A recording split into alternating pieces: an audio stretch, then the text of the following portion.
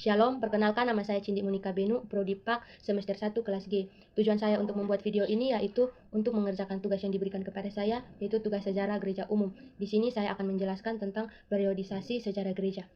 Untuk menguasai waktu, manusia membagi waktu, ia membagi waktu dan potongan-potongan tertentu supaya hidupnya dapat diatur dengan baik. Akan tetapi, penanggalan atau kalender tahun tidak cukup kalau manusia mau menetapkan dan menghubungkan peristiwa-peristiwa yang terjadi dengan jarak waktu yang lebih jauh dari suatu atau beberapa tahun. Setiap detik menetapkan titik tertentu dalam waktu dan menghubungkan peristiwa-peristiwa lain dengan titik ini. Sebab sejarah gereja sudah berlangsung sejak jemaat pertama didirikan hampir 20 abad lamanya, tidak mungkin lagi menguasai semuanya sekaligus, sehingga perlu diperiodisasi pembagian ke-20 abad ini dalam potongan-potongan yang lebih kecil. Periodisasi semacam ini harus memenuhi dua syarat, yaitu yang pertama, setiap periode harus dibatasi dari periode lain dengan tahun atau peristiwa tertentu. Yang kedua, bahwa setiap periode harus mempunyai corak-corak sendiri yang membedakan periode ini dari periode-periode lain. Oleh sebab itu, ditentukan peristiwa-peristiwa yang memuliakan perkembangan baru serta menghubungkan jalan sejarah. Akan tetapi, dengan mencari perbedaan antara periode-periode, tidak pernah dilupakan bahwa di samping itu terdapat hubungan erat antara periode-periode ini. Pembagian waktu dan periode-periode biasanya memulai dengan pembagian kasar dan periode-periode panjang atau beberapa abad. Pembagian ini diperkembangkan oleh seorang teolog Calvinis pada abad ke-17, terutama berdasarkan pertimbangan-pertimbangan teologis. Sampai sekitar tahun 500, gereja dianggap murni setia pada wujud dan amanatnya. Periodisasi ini sangat kasar tetapi dapat digunakan untuk pembagian pertama yang kemudian perlu dihaluskan dengan tahun-tahun kita. Yang pertama, gereja kuno pada tahun 30 sampai 590. Yang kedua, gereja pada abad pertengahan pada 590 sampai 1492 atau 1517. Yang ketiga, gereja pada zaman baru pada 1914 atau 1517 kini. Sejarah gereja mulai didirikan jemaat-jemaat yang pertama sekitar tahun 30 sebagai titik balik, kemudian ditunjukkan oleh tahun 590 dan 1419 atau 1517 sampai abad ke-6.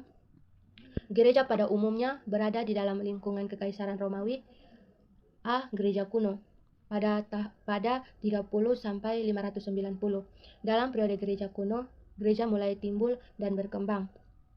Ciri-ciri yang berikut menentukan zaman gereja kuno. Yang pertama-tama dapat dikatakan bahwa periode ini diletakkan dasar organisasi, tata ibadah atau liturgi, dan ajaran gereja. Yang kedua, secara geografis, gereja dalam periode ini pada umumnya berada di wilayah Kekaisaran Romawi yang terletak dikelilingi Laut Tengah. Yang ketiga, kebudayaan di mana gereja lahir dan berkembang adalah kebudayaan Helenisme.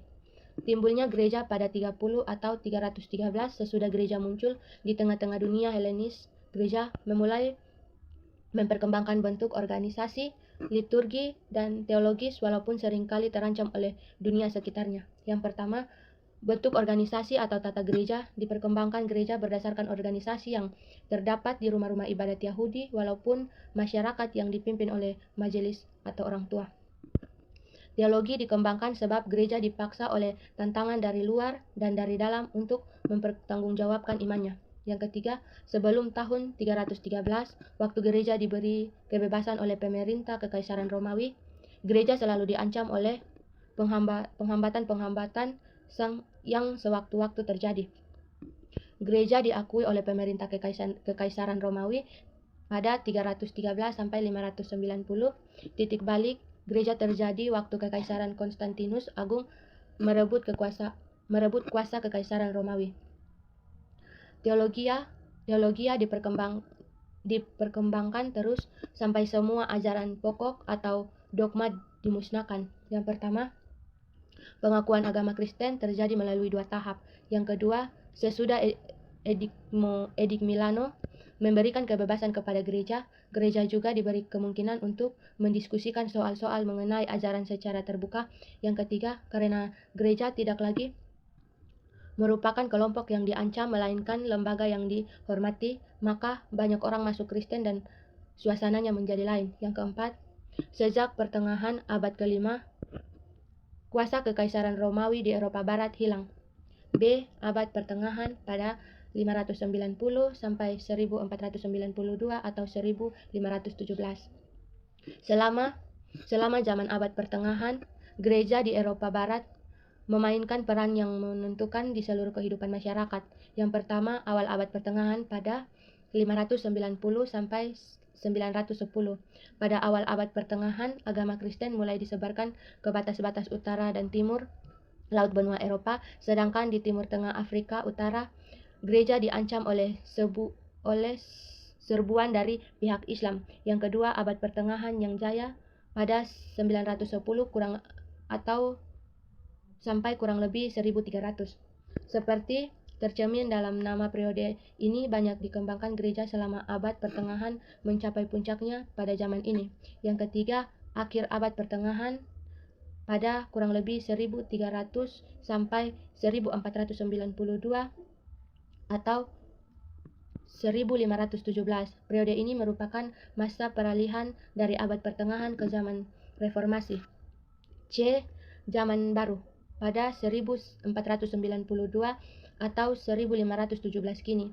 Sesudah abad pertengahan, kekuasaan gereja Eropa Barat dipecahkan sehingga kemudian terlihat beberapa gereja. Yang pertama, reformasi dan kontra-reformasi pada 1492 sampai 1517, kurang lebih 1650. Kritik terdapat gereja dan usaha-usaha yang mereformasikan yang terlihat pada akhir abad pertengahan memuncak pada kritik diungkapkan oleh Martin Luther. Yang kedua, pietisme dan perpecahan pada kurang lebih 1650 sampai 2789. Sesudah reformasi dan kontra-reformasi, gereja-gereja mencoba mengukuhkan dan memperkembang apa yang terjadi diperoleh dalam bidang ajaran dan dalam kehidupan sejarah gereja ini. Yang ketiga, gereja sesudah reformasi Prancis. Gereja sesudah revolusi Prancis pada 1789 kini. Pencerahan pada umumnya dan revolusi Prancis khususnya mengakibatkan perubahan dan perkembangan yang lebih pesat dari sebelumnya, baik dalam kehidupan masyarakat maupun dalam kehidupan gereja. Mungkin yang saya presentasikan. Terima kasih, Shalom.